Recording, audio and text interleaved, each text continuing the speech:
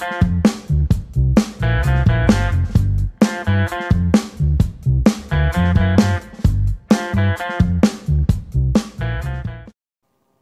traverse. A series of connected survey lines where each point serves as an instrument, forming a closed loop or a polygon used to determine positions and check accuracy. A close traverse has the following data. Determine the area, kung saan dalawang curves lang ang given with its distance or length in meters and its bearing. Missing po yung isa. So yung graph, ganito po yung tsura niya. And since north, east, ang course AB, ganito po yung tsura niya. With its given length or distance. For BC naman, since it's southeast, pababa siya, pero pa-right pa rin. And si supposedly CA, na makikita naman po natin, ang pababa na pa-left, which just means southwest po siya. Pero mamaya na po yun. Now with that, kailangan na po natin hanapin ang latitude and departure. And these are their formulas, where L is length or the distance, and V is the bearing. But before that, muna, kailangan natin malaman ang kanilang mga sign. Since magbabago ang kanilang mga sign based sa direction ng ating bearing. Yan po. And with that info, yan ang kanilang mga signs. Now we can solve for the latitude and the departure. Try pa natin yung course AB. So that's length cos the bearing 120 cosine 40 degrees and 15 minutes. So that's 91.58789 or 91.5879. Okay, pa natin sa table. Yan. For the departure naman, palitan lang natin yung cosine into sine.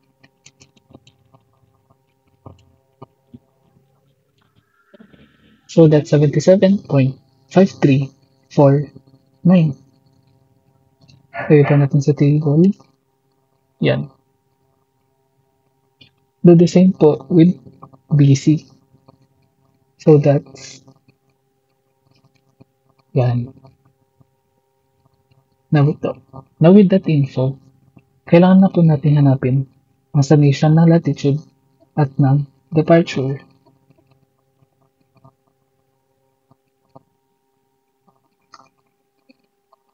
Pero since negative po ito, minus po si 62.2040. Yan po, summation nila. And since area po hinahanap, reaction po natin mag-close si course CA. Mag-meet po C, C, at A. It just means ganyan.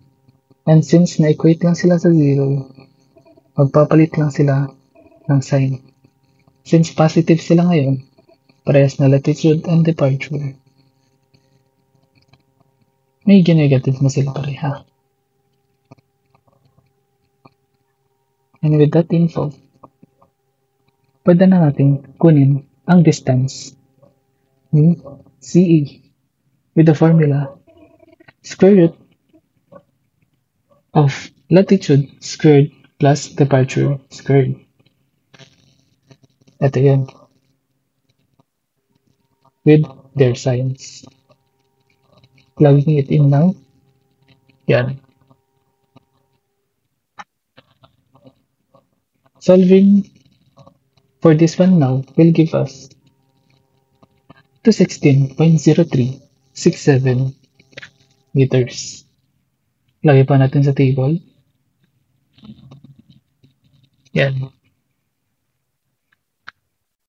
Hindi pa natin kailangan hanapin yung bearing ni CA. Pero since nasa solving naman na po tayo, gawin na lang din po natin. Dig pa natin ulit ng formula. Yan po.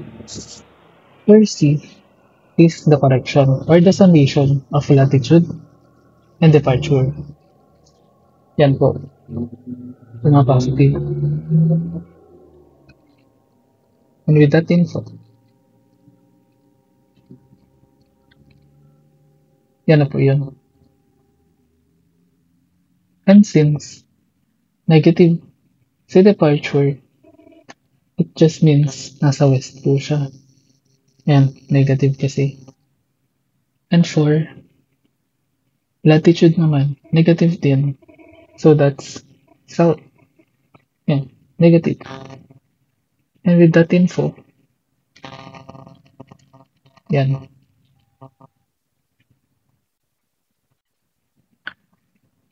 Try pa natin i-solve.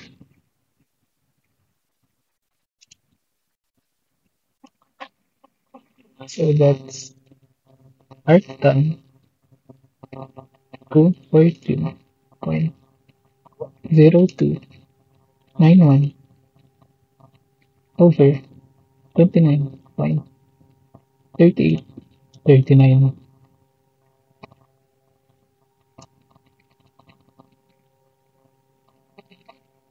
In decimal form pa ang makikita natin. So, let's do this. Yan. So, that's 82 degrees, 10 minutes, and 58 seconds. Yan. Yan pa ang bearing ni CA. Lagay pa natin sa table.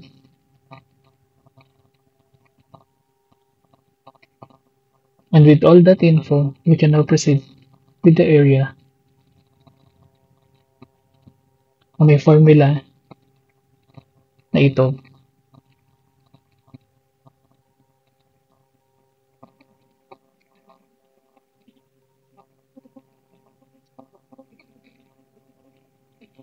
Pero yung unahin po natin muna ay yung S, since kailangan sa area formula.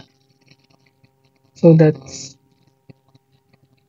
the length AB, length BC, and the length CA. Pagpaplasin lang po lahat and divided by 2. So that's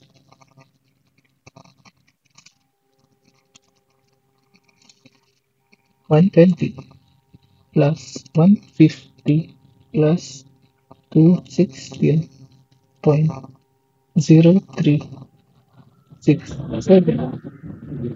divided by 2. So that's 253,018,35. So let's check kung tama. Yan, around of lang.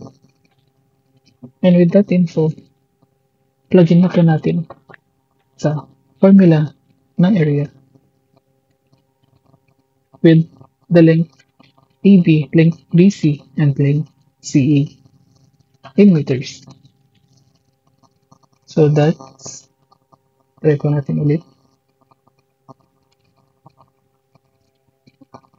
I-create pa natin to as the answer. Let's double check. Yeah. So that's answer. Quantity. Answer. Which is in this one or this one.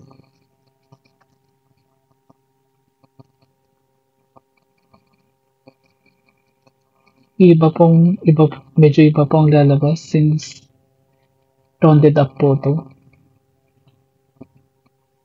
Instant 20. Answer minus 150. Answer minus 260.0367. Reminder po, hindi po rounded up yung equivalent na answer po natin dito. So this will give us roughly 8,662.09716. Yan na po ang area natin for our triangle.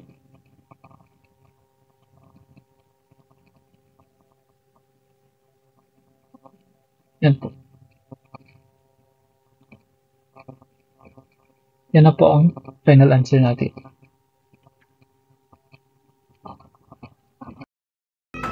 Yung problem na sasagutan naman natin ngayon ay omitted measurements. So, kung mapapansin nyo, given na dito yung table. Meron tayong line, length, bearing, and kukunin naman natin is yung latitude and departure. So, kung mapapansin nyo, yung length and bearing given na yung values sa line AB hanggang line DE. So, yung hinahanap natin ngayon is yung length and bearing ng line EA. So, paano nga ba natin siya gagawin? Unang-una, kukunin muna natin yung latitude and departure ng bawat line dito. Since given naman ang values ng length and bearing ng line AB hanggang line DE, makukuha na natin yung latitude and departure nito. So, paano nga ba natin makukuha ang latitude and departure ng line AB hanggang line DE?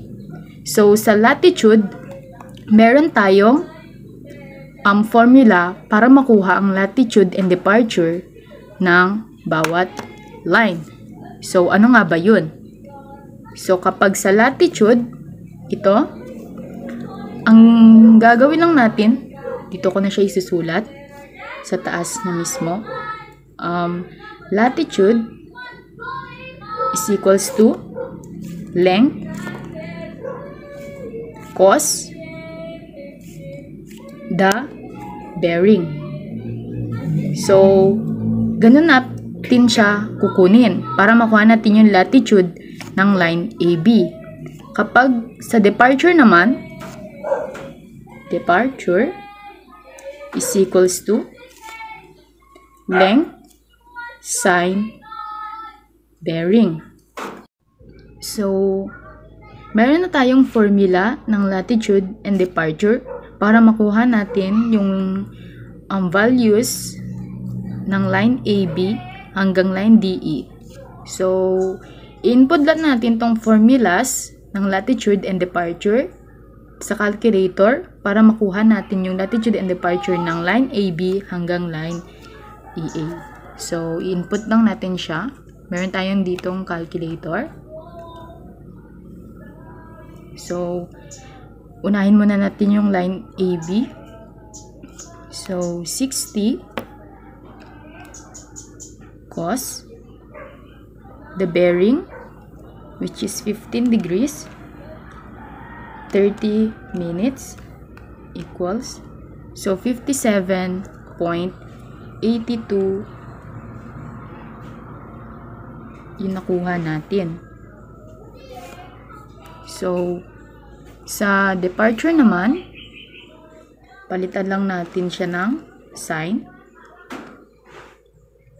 So, gawin lang natin siyang sign. So, yung nawabas is 16.03.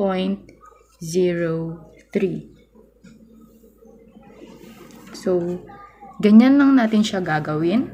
So, next, yung line BC naman. So, 72.69 cos 82 degrees 23 minutes equals 9.63. So, gawin din natin siya. Papalitan lang natin siya ng sign. So, magiging 72.05. So, ganyan lang po yung pagkuha ng latitude and departure ng bawat line. So, tapusin lang natin yung pag-compute. So, kunin lang natin yung departure and latitude ng line CD hanggang line DE. So, ganun lang po yung pagkuha ng latitude and departure. So, ayan guys, nakuha na natin lahat ng values ng latitude and departure ng line AB hanggang line DE. So, before natin makalimutan siya guys, ang meron sa line AB, sinabi kasi dito na north 15 degrees 30 minutes east. So, kung ilalagay natin siya sa latitude and departure, so, sa latitude guys, alam naman natin ang latitude ay y-axis at ang departure naman ay x-axis. So, kung north naman siya, ibig sabihin positive. Kapag east naman siya, ibig sabihin positive. At sa line BC, kung south siya, ibig sabihin negative. At kung east, ay positive. So, ganyan lang po guys. So, south, negative. East, positive. South, negative. And west is negative. So, ganyan lang po siya, guys. So, yung susunod naman natin gawin is yung summation ng latitude and summation ng departure. So, para naman makuha natin yung latitude at departure ng line EA, so, ilagay lang natin siya, lat. Ito naman, depth. So, kukunin naman natin yung summation ng latitude at summation ng departure. So, ganito siya gawin, guys.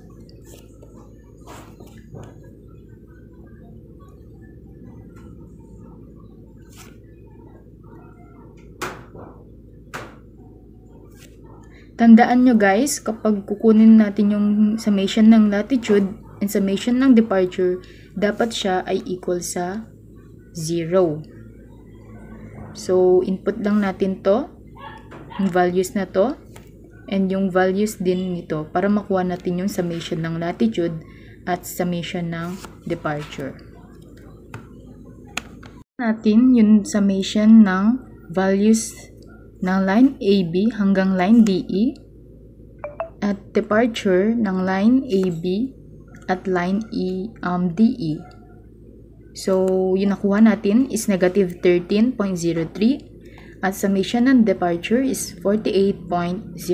So, tandaan lang natin guys, kapag kukuha tayo ng summation ng latitude and summation ng departure, dapat siya ay equal sa 0. So, kung negative 13.03 ang lumabas sa summation ng latitude, para maging 0 siya, is magiging positive 13.03. So, kung ipa-plus natin silang dalawa, mag-i-equal siya sa 0. So, ganun din sa summation ng departure. Kung 48.08 naman to, gagawin lang natin siya negative and copy natin 48.08 para siya ay maging 0. So, ganun lang po yung pagkuha ng summation ng latitude at summation ng departure. So, yung next na gagawin naman natin ay yung pagkuha ng length. So, para makuha natin yung length,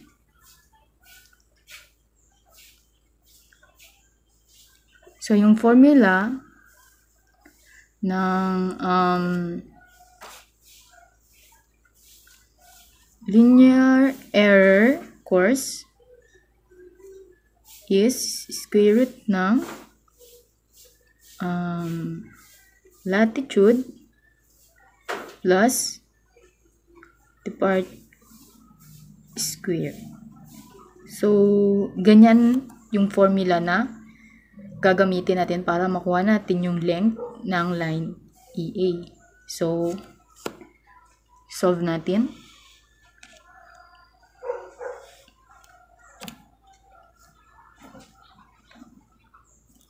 So, yung lat squared, which is negative 13, 0.3 squared plus 48.08 squared. So, input lang natin siya sa calculator.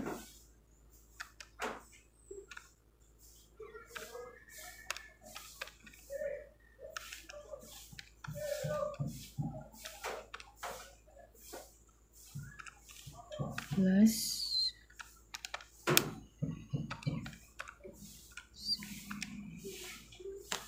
so, nakuha natin ay 49.814.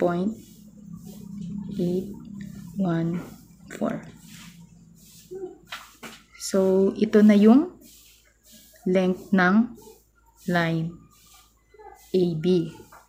Ay, line EA. Sorry. So, para naman kunin natin yung bearing ng line EA, so, ganito lang po yung formula na gagamitin natin, which is tan, yung symbol ng bearing, is equals to absolute value, and then departure over latitude.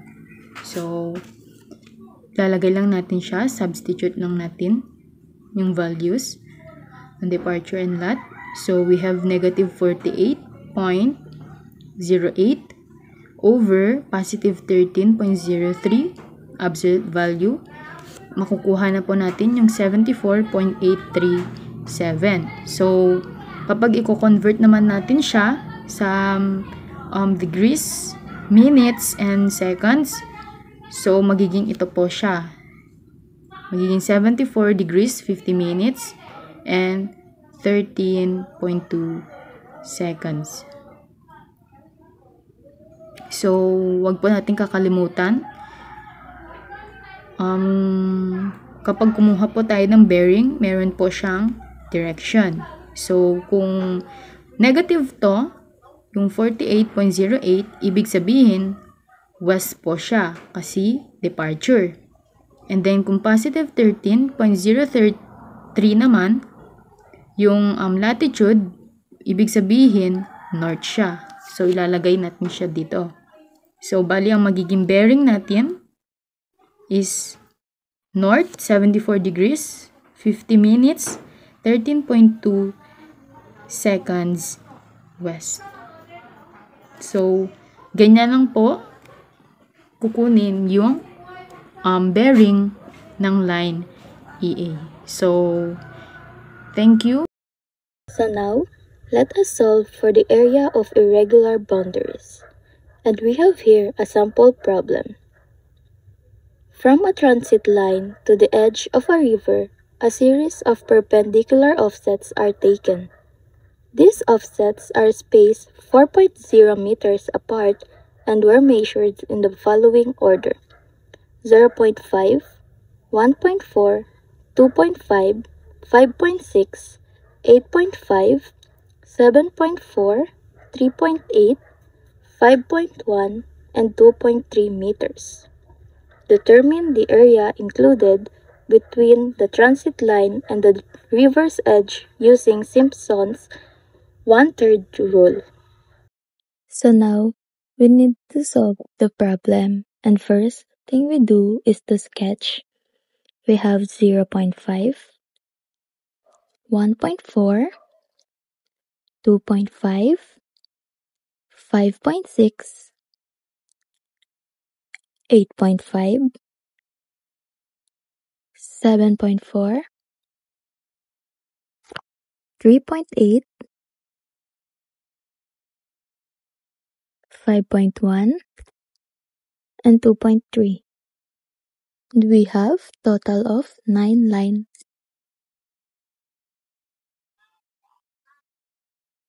The distance is 4.0 meters, which is uniform. So D represents for 4.0 meters.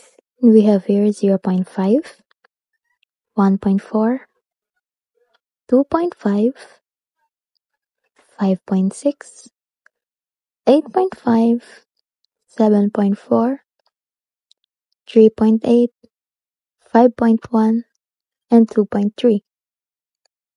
And here, we need to write the Simpson's 1/3 rule. A is equal to D over 3 times H1 plus 4 times H even plus 2H times odd plus Hn. So we have here the Simpson's 1/3 rule. And now, we need to input the following datas to solve for the problem. So we have here a distance of 4.0 over 3 times the first line, which is 0.5 plus 4 times the even line, which is 1.4 plus 5.6 plus 7.4 plus 5.1 plus 2 times the odd line, which is 2.5, 8.5 plus 3.8 plus the last, which is odd, is 2.3. So, we need to input this in the calculator, and we will have the final answer as the area of 147.20 meters squared.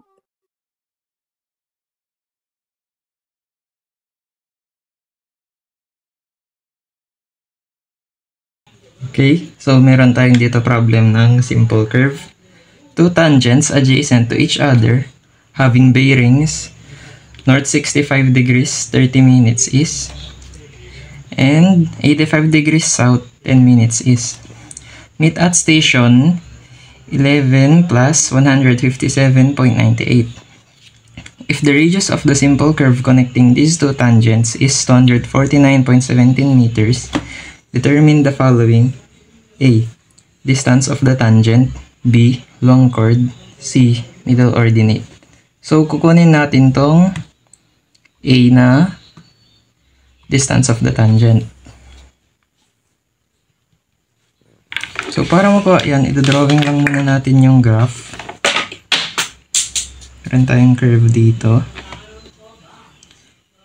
Tapos, station is dito. Kaya, adjacent each other siya. Station 11 plus 157.98.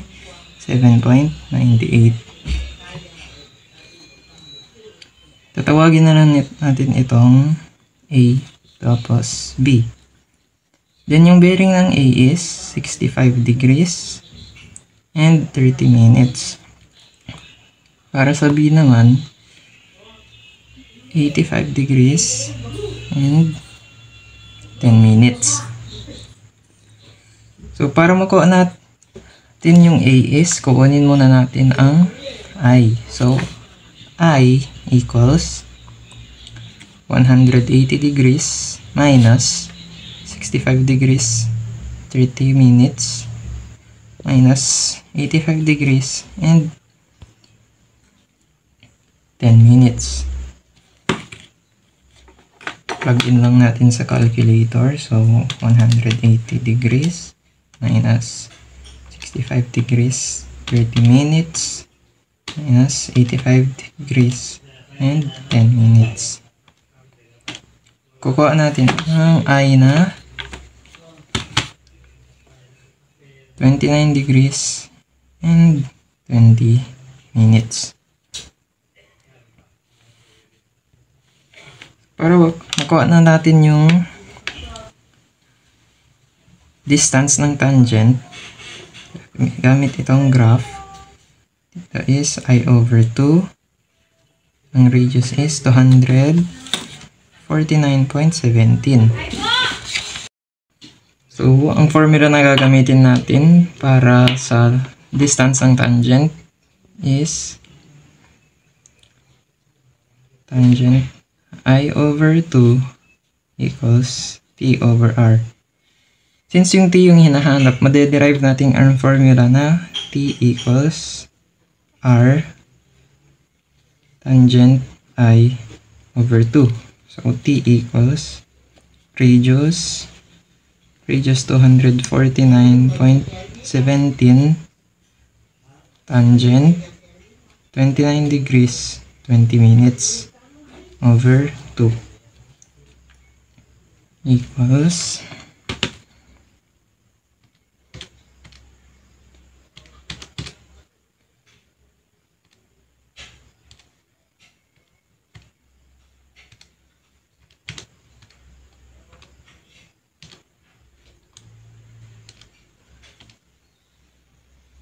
65.214.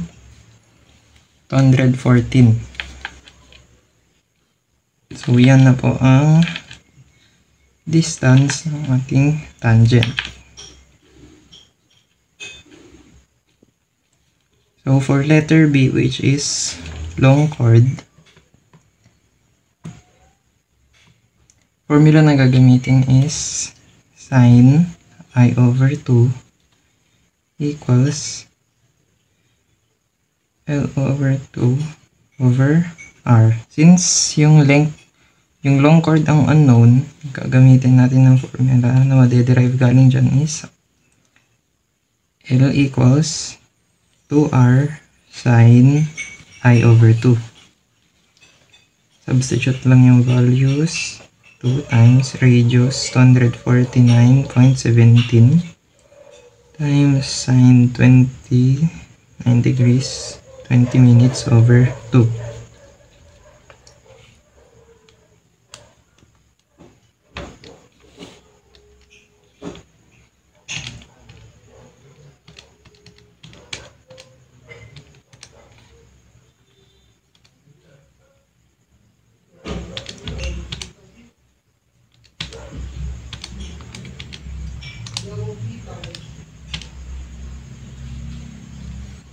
Kukuha natin ang long chord na equal sa 126.177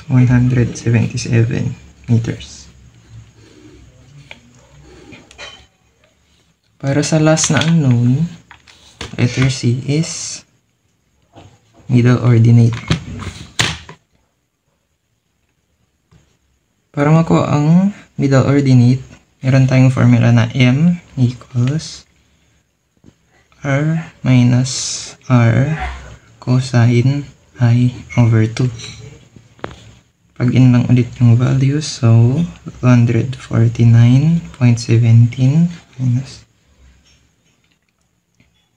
249.17 times cosine 29 degrees 20 minutes over 2.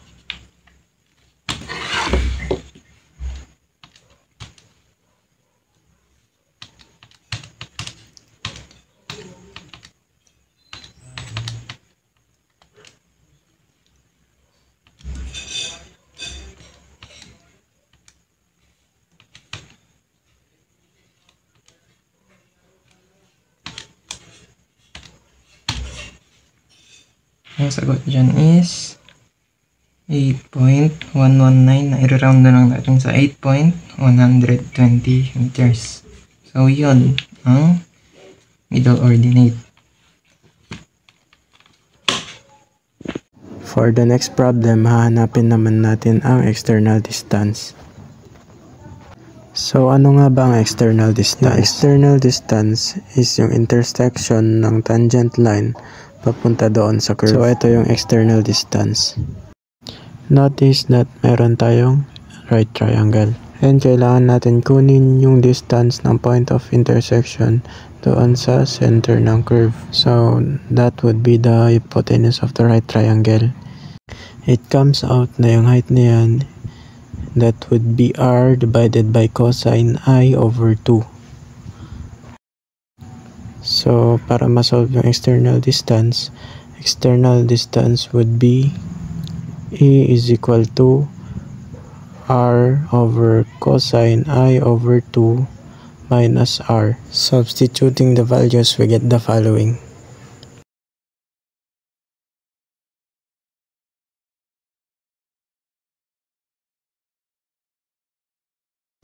Ngayon, paano naman yung degree ng curve?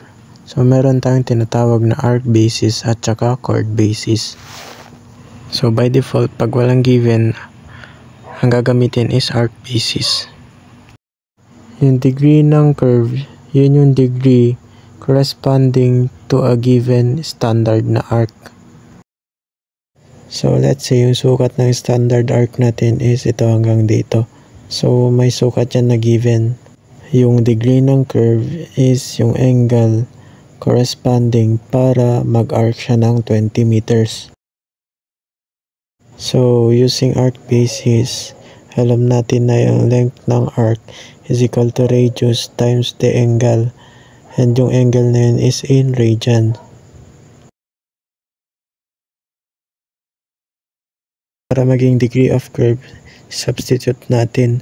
So, 20 is equal to r times d times pi over 180 degree. Substituting, we have 20 is equal to 249.17 times d times pi over 180. Ang sagot ay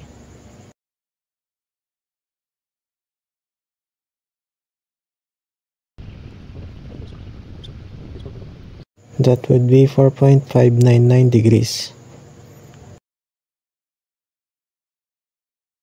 So, dito naman tayo sa chord basis.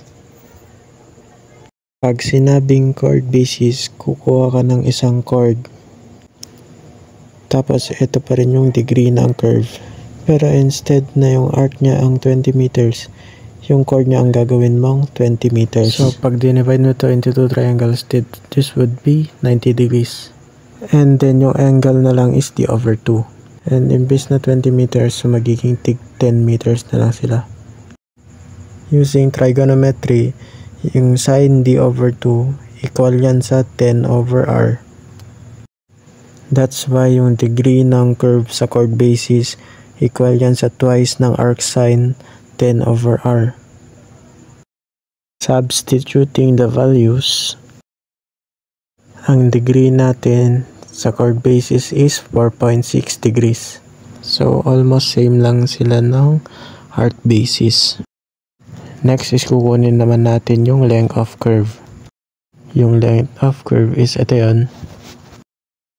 And we have the given na r or radius na 249.17 and I. So, previously alam natin na yung length of arc sa mga bilog is r times theta. And yung theta natin is in radians. Dito, yung gagamitin na theta natin is yung I, which is yung na-solve kanina sa first part na 29 degrees 20 minutes. So, substituting, we have 249.17 times 29 degrees 20 minutes times pi over 180 degrees. So, ang length of curve natin is 127.566 meters. And last but not the least, computin natin yung stationing ng PT. Ang PC, yan yung point ng curve. And PT is yan yung terminating point ng curve. Given na nag-intersect daw yung tangent line dito sa station na to. So ang gagawin natin from that station, babalik muna tayo ng tangent distance para ma-reach yung PC, and then using the length of curve, tatahakin natin yung curve papunta doon sa PT. So yung station ng PC, pwede natin computein. That would be 11 plus 157.98 minus the tangent distance na 65.214. So, yung stationing ng PC natin is equal sa 11 plus 92.766 meters. So, para makuha yung stationing ng PT coming from PC,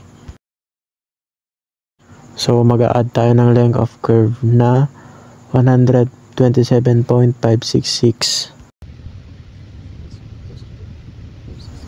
So, yung stationing ng PT natin, that comes out as 11 plus 220.332 meters.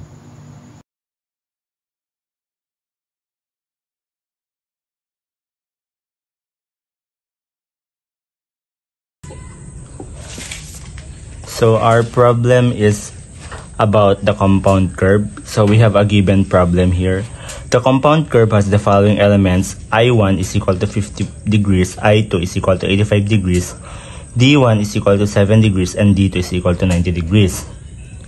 If the vertex is at station 4277.8, what is the station of PT? So ang hinahanap dito sa ating problem ay station ng PT.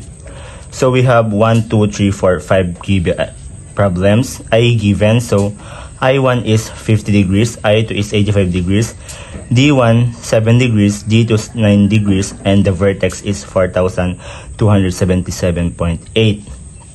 So I prepared a graph here. So makikita natin na itong line na to is the compound tangent line. Ang compound tangent line is combination ng dalawang tangent, ang T1 tsaka T2. And in between that is the R1, the radius 1, and the broken line exceeding sa pataas na to is yung vertex niya, which is yun yung given sa problem. Ang I1 natin is nandito tsaka dito, 50 degrees and 85 degrees. And yung L1 tsaka L2 is itong curve na to na dalawa. Ang compound curve kasi ay combination ng two or more curve.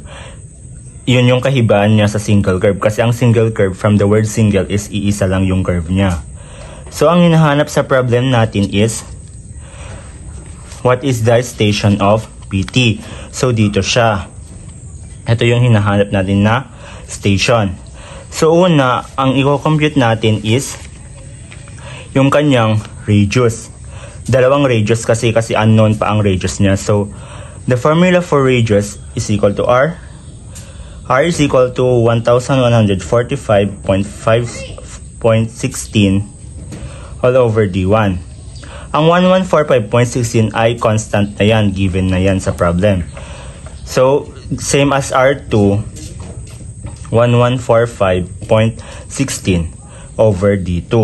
So, is equal to 1145.16 all over 7 degrees. So, equal siya, pag in-input sa calculator, ang lalabas is 163.702.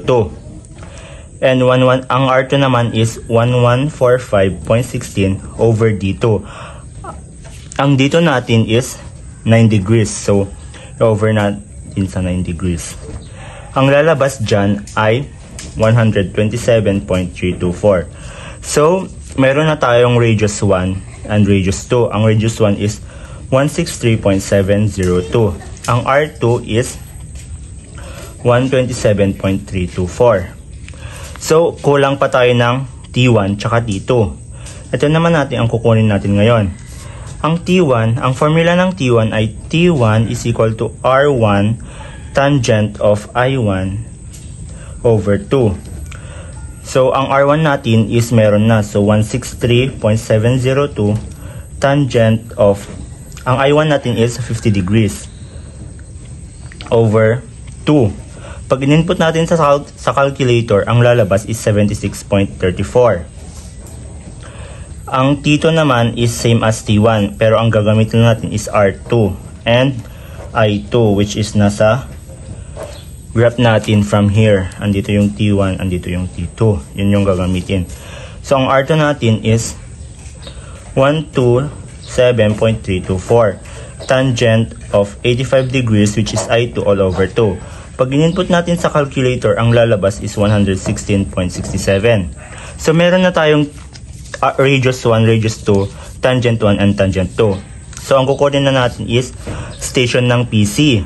Hindi natin kasi makukuha ang station ng PT kung unknown ang mga given variable. So, ang station of PC, ang kanyang formula is vertex minus A minus T1. So, given na tayo ng V which is nasa problem, A wala pa and T1 is meron na.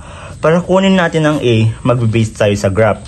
Etong line na to, tsaka to, yun yung pagbe-base natin ng A. So, ito-draw ko lang. So, triangle siya. Andito yung T1, andito yung T2. And ito yung I1 natin which is 50 degrees. And andito yung 85 degrees. So, ang formula niyan is T1 plus T2 lang.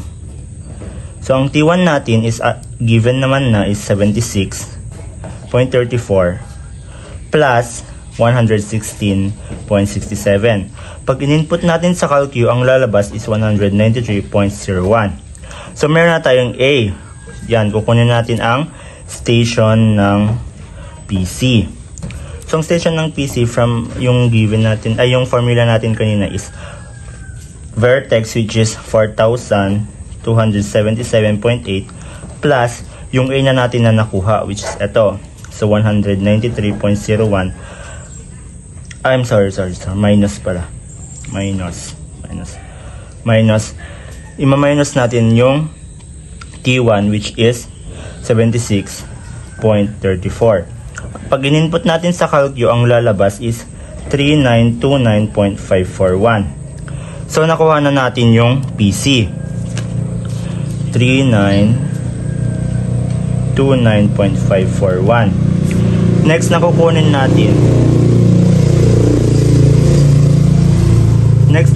natin is ang L1 tsaka L2 which is ito. Kasi ito na tayo magbe-base para makuha ang PT niya.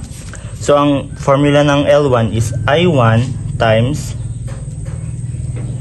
R1 times pi over 180 degrees. And ang L2 is I2 times the radius 2 times pi over 180 degrees. So, pag ipa-plug in na natin ang mga given, ang L1 is equal to 50 degrees times the R1 which is 160.702 times pi all over 180 degrees.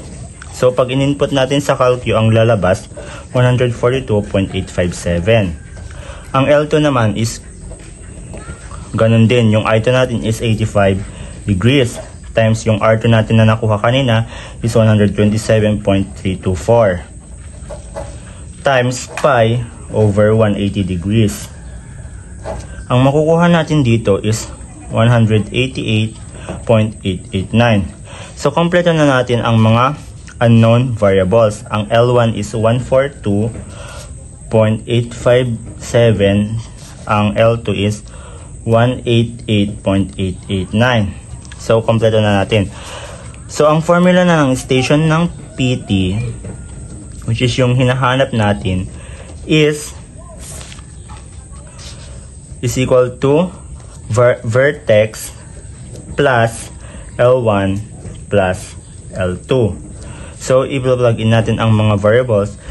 Ang mga given pala is 4,277.8 plus 142.852 plus 188.889.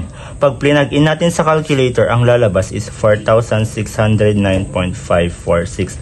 So, ito na yung sagot sa ating station ng PT which is 4,609.546.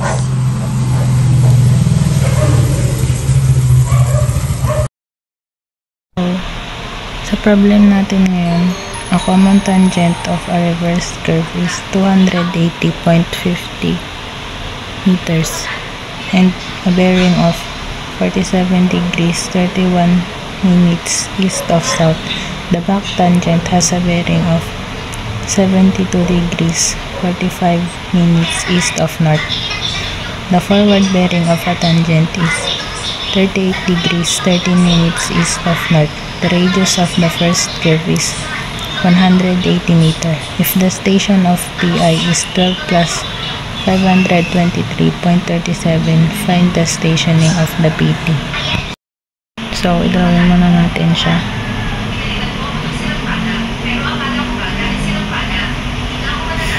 Ito yung T1 natin. Tapos,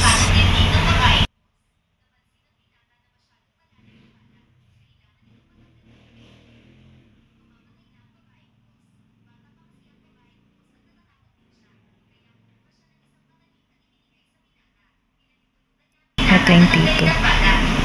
So, pagin natin ngayon, ito yung T1. Ito yung T2.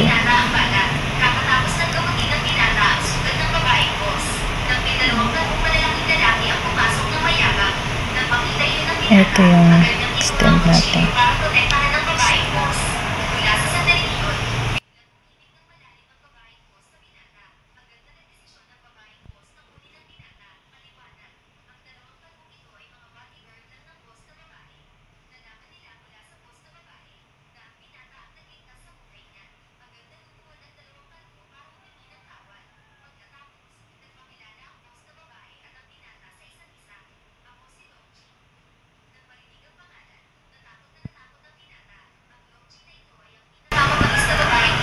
So, sabi dito,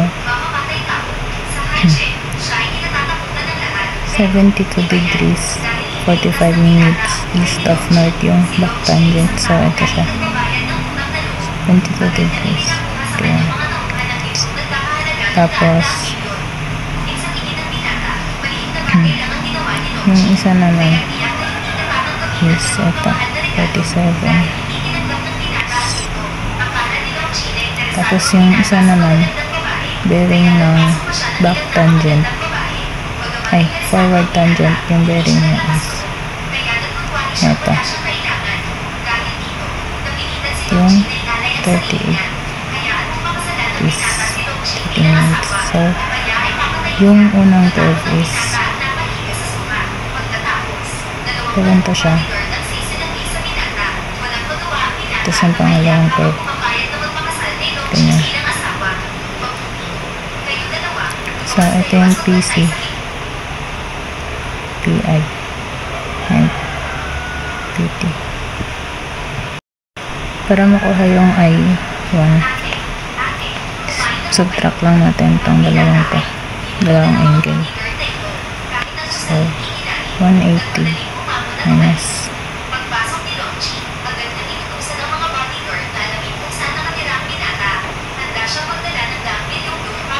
yan. So, yung makukuha natin na I1 is 59 degrees to 5 minutes. Ito. So, pag nakuha na natin yung I1, pwede natin makuha yung T1. T1 is equal to 180 tangent I1, which is 59 degrees 44 minutes over 2. So, makuha natin na T1 is 103.37 meters. So, pag nakuha natin yung T1, pwede na rin natin makuha yung T2. Ito siya. T1 plus T2 is equal to yung given na 280.50 meters. So, substitute lang natin T1 103.37 plus T2 is equal to 280.50. Transpose lang natin T2 is equal to 177.30 meters. Ito na yung T2 natin. So, pag nakuha natin yung T2, pwede natin makuha yung length ng chord 1 since nakuha na natin yung I1 and T1. So, length ng chord 1 is equal to 180 times I1 59 is 44 minutes over 180. So, yung length ng chord 1 is 187.66 meters. Yan siya. After natin makuha yung LC, pwede na rin natin kunin yung R2. So, yung R2 is equal to T2 is equal to R tangent ng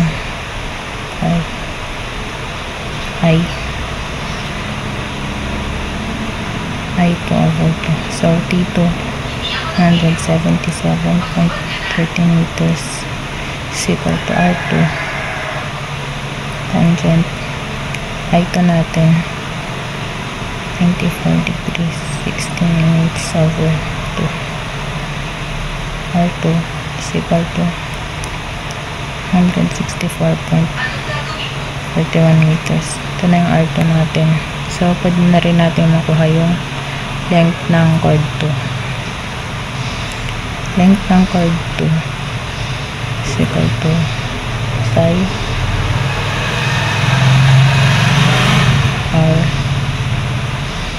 R2 times I1 over 180. So, length ng chord 2 is phi R2 natin 164.41 times I1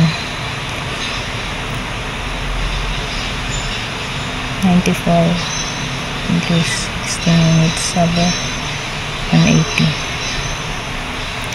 So, yung length ng chord 2 is 270.50 meters. After makuha nyan, nasolve na natin yung station PT. So, yung station PT is equal siya sa station EI minus T1 plus length ng chord 1 plus length ng chord 2. So,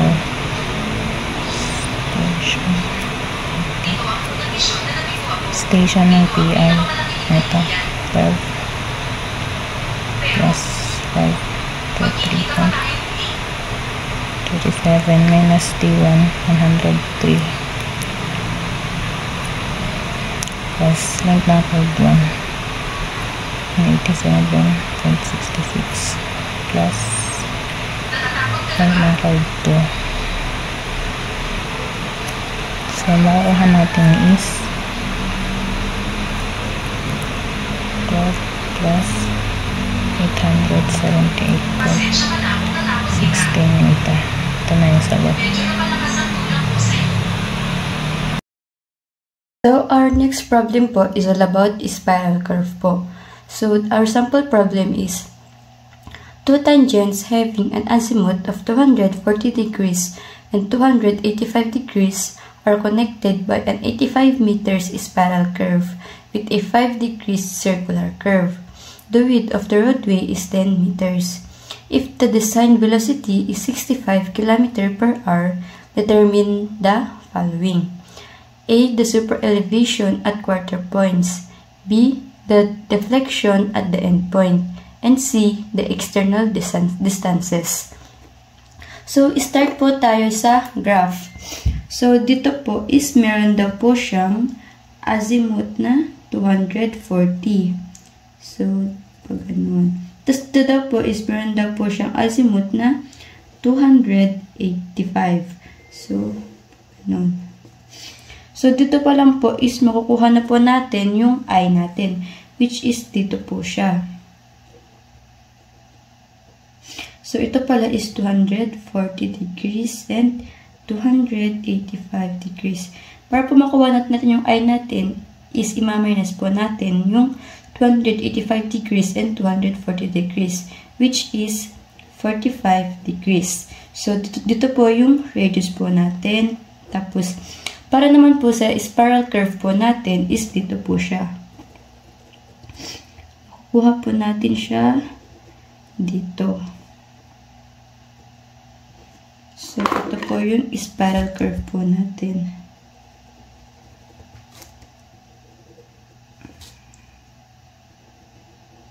Yan po yung spiral curve po natin. So, ang spiral curve po natin is meron daw po siyang 85 meters. So, ito po is yung circular curve natin. Dito yung RC. Ito yung RC. So, yan na po siya. Yan po yung graph po natin. So, next po is given naman na po yung LC natin, tsaka yung DC natin. So, ang DC natin is yung 5 degrees circular curve. So, 5 degrees. So, given naman na po yung mga kailangan natin para po makuha yung RC. RC natin is equal to 1145.916 over DC. So, copy 1145.916. DC is equal to 5 degrees. So, 5. So, solve. Ang sagot is 229.183 meters. So, ang letter A natin is... So, sa letter A daw, ang kunin daw natin... So, sa letter 8 daw, ang kunin daw natin is super elevation at quarter points daw. So, small e natin is equal to v squared over 3.6 squared g or the gravity r. So, substitute natin. So, substitute natin. V squared is equal to 65 squared all over 3.6 squared. Ang gravity natin is equal sa 9.8. Tapos, ang R is ito. 229.183. So, next is isolve natin yan. Makakuha ang sagot is 0.145 meters. So, ang E naman natin is equal to small e and B. Ang B natin is yun yung width ng roadway natin, which is 10 meters. So, substitute natin, E is 0.145 times 10. So, solve, which is equal to 1.45 meters. So, ang next naman po na kukunin natin is yung E natin at quarter point.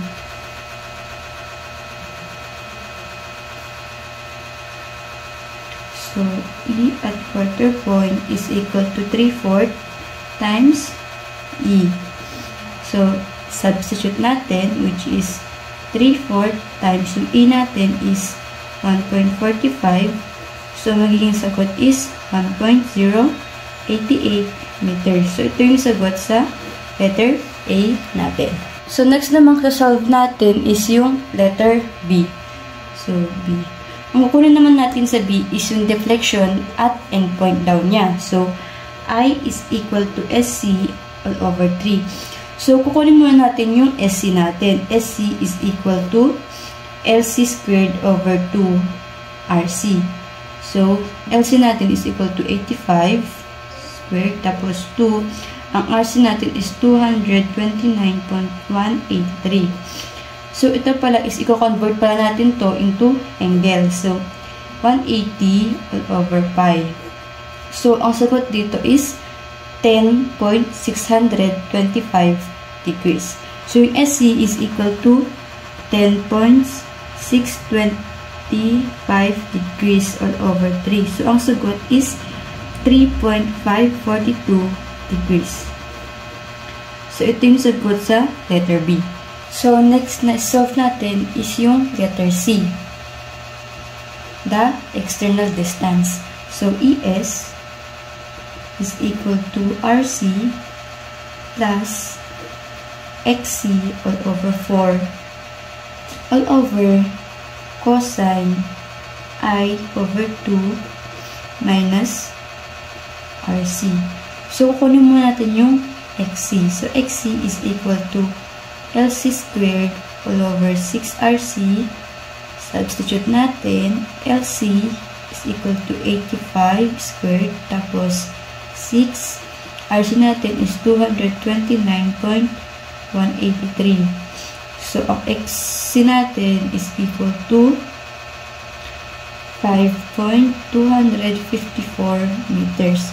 Subtract tayo dito, ES is equal to RC which is 229.183 plus XC natin is 5.254 over 4 tapos cosine ang I natin is 45, so 45 degree over 2 minus yung RC which is 229.183. So solve natin yan, ang makuha natin sagot is 20.305 meters. So, ito yung sagot sa letter C.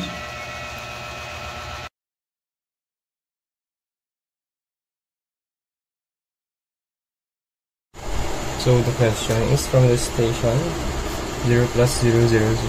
So, station 0 plus 0, 0, 0.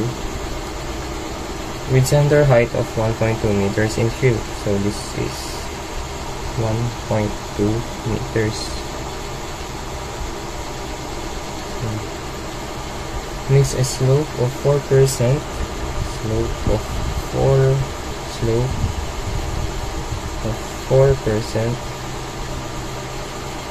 This station 0 plus 080. Whose center height is cut by 3 meters. So, ito yung buong height niya and nakat siya ng 3 meters. So, itong length na to is 80 meters. So, to get the height, 80 times 4% slope, which is 0.04, is equal to 3.2 meters. And to get this remaining height, 3.2 minus 3 is equals to 0.2 meters. 0.2 meters. So, pati dito, may 0.2 meters. Parang elevation. Ganun siya. And yung slope natin is ganun. So, this is the fill. This is cut. And itong slope na to is the proposed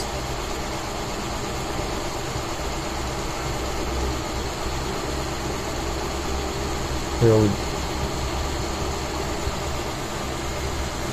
So this is the natural ground level, NGL. So the question is, determine the slope of the new roadway. So, hanapin doon slope nito.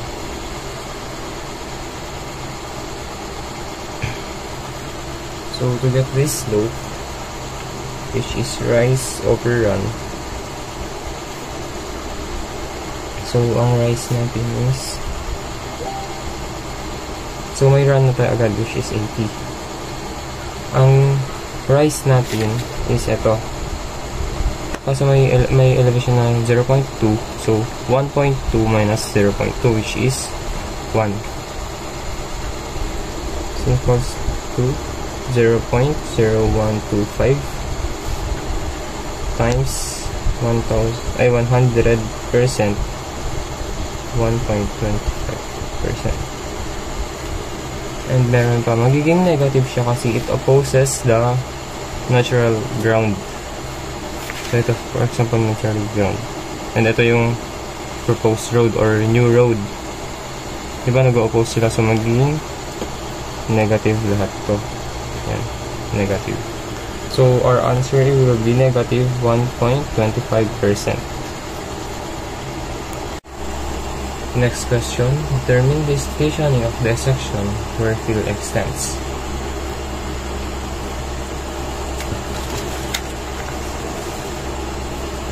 Ang gagawin lang natin is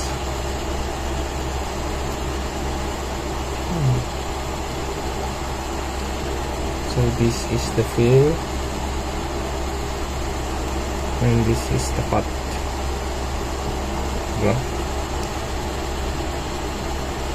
So ano natin, fill and cut. So let fill equals to x and cut is equals to 80 minus x. So makukuha natin yung value of x using ratio and proportion. So x all over ito kung saan nag-point, so 1.2 is equals to 80 minus x all over. So ito yung point nya and here, so all over 3. I-shift solve lang natin.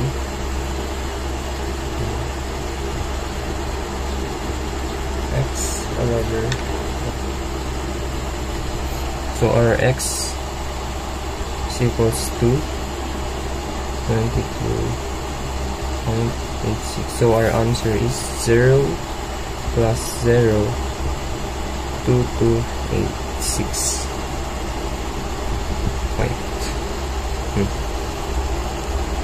So this will be our answer. So ito na yung gagamitin natin. Dito lang tayo mag-focus. So i-redraw natin yun. 1.2 meters. Determine the cross-sectional area of field 10 meters from station 0 plus 0, 0. So this is the station 0 plus 0, 0, 0 and field of 10 meters. 10 meters. And the length of this to this is ito, 22.86. So 22.86 minus 10 para makuha natin yung length na ito is 12.86. Label natin ito as y. So para makuha natin yung value of y, pwede tayong mag-ratio and proportion. So y is all over 12.86 is equals to 1.2 all over 22.86. Pwede natin siyang i-shift solve. So makakuha natin yung value is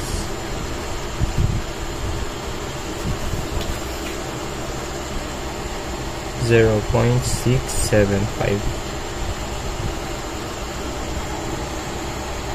And from the question, having a roadway width of 12 meters, so 12 meters width and side slope of 1.5 is 2:1. So this is our horizontal and this is our vertical. So ganito siya.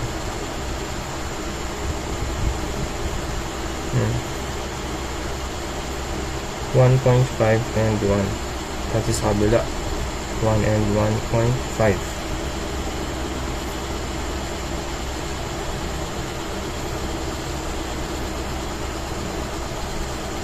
So to find this,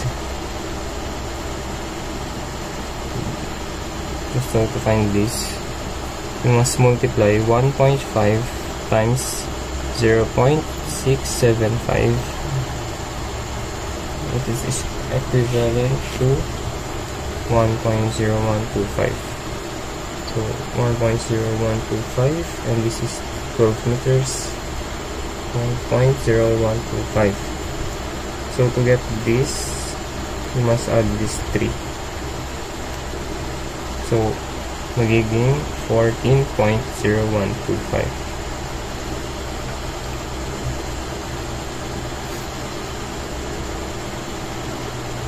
this is our height, which is ito yung height natin, 0.675. So ang area ng trapezoid is 1/2 times base 1, which is 12, plus base 2, which is 14.0125 times height, which is 0.675. Notice it equals to 8.78 meters square. So this is our area.